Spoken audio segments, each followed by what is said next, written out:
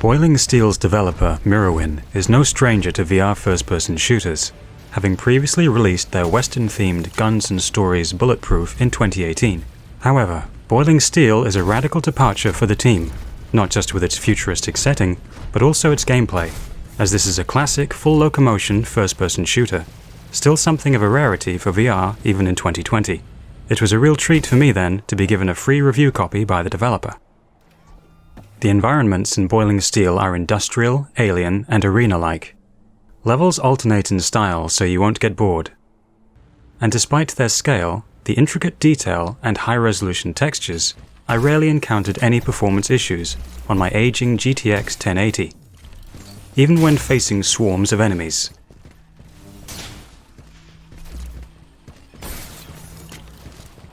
If you're wondering what a VR Final Fantasy VII Remake might look like, some of the grungy industrial levels have that aesthetic.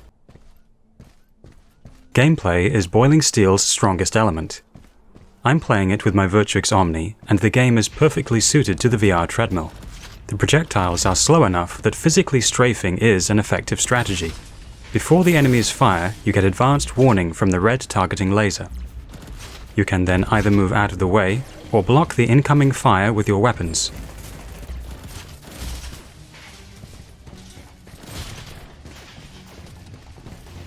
It uses an onward-style navigation system, and this can be set to the orientation of either controller. Decoupled movement is essential in this game, as the best strategy I found was to advance on enemies whilst avoiding their fire, which means zigzagging. Enemy health recharges, and the AI is excellent. They will strafe, use shields, and take cover, so you'll want to close the distance and use your powerful close-range weapons. The first time you use the weapon selection mechanic, it may feel strange, but you soon get the hang of it, and it turns out to be one of the game's core strengths. In place of a more traditional weapon wheel or menu, you use one controller to spawn two weapons, one short range, one long range. You then use the other controller to grab your selection, and by pulling back, you materialize it into existence. It's easy and quick to do, and becomes a reflexive action. The weapons have a limited amount of usage, so you learn to quickly drop the weapon and spawn a new replacement. Which two weapons you start the level with will vary. In addition to these, as the game progresses, you will unlock other abilities, and you choose one to take into battle before the mission starts. Perhaps the most useful of these is the shield.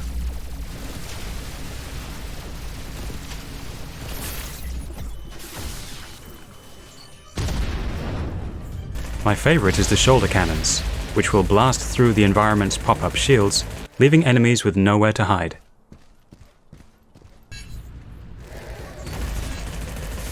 Once your character is upgraded to have swords, you can use these in addition to your chosen power. My favorite attack style was using swords at close range and saving the shoulder cannons for when I was surrounded by enemies. As you complete missions, you'll be rewarded with upgrades that increase your health and allow you to use these power-ups more often. You'll need to take the time to activate these upgrades as soon as they become available. The game has a lot of neat touches, from the very clear indications when you're taking fire, to the enemy health bars and damage counters. I recommend choosing the easier in-turn difficulty to start with, as it's still quite challenging, and you won't have the frustration of having to restart the levels as often. Progress through the game is smooth.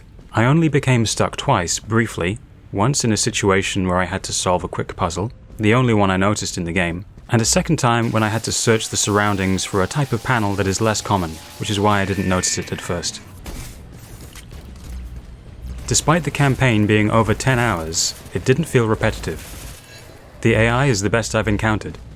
And as the levels vary in design, you're constantly having to assess your surroundings and make split-second decisions as to where to go, which cover to hide behind, which weapon to use, and which enemies to target first. The game certainly kept me moving, and I'm sure I burned a lot of calories. After the relatively slow intro levels, which can be skipped on subsequent playthroughs, you'll have to face large groups of enemies. And even on the easier difficulty setting, you'll really have to earn your progress. The action seldom lets up. Each area sees a new batch of robots spawned to challenge you. The levels feel very open, You don't feel like you're being funneled down a particular path, but at the same time you don't get lost either. There's always a panel to interact with that's clearly indicated, and the doors they open are hard to miss. If you like blowing up groups of enemies by shooting exploding barrels, you're in luck. There are a lot of these. Be careful though, if you pick the wrong place to take cover, enemies can strike these barrels too.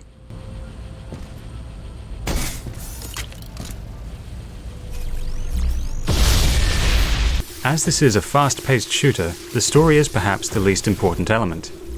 And that's just as well, since it didn't grab me. It starts off well, with some voice acting in the opening section. Welcome, rookie. But after that, the lines are delivered by a monotone robot voice, which can still work if the lines are short and humorous.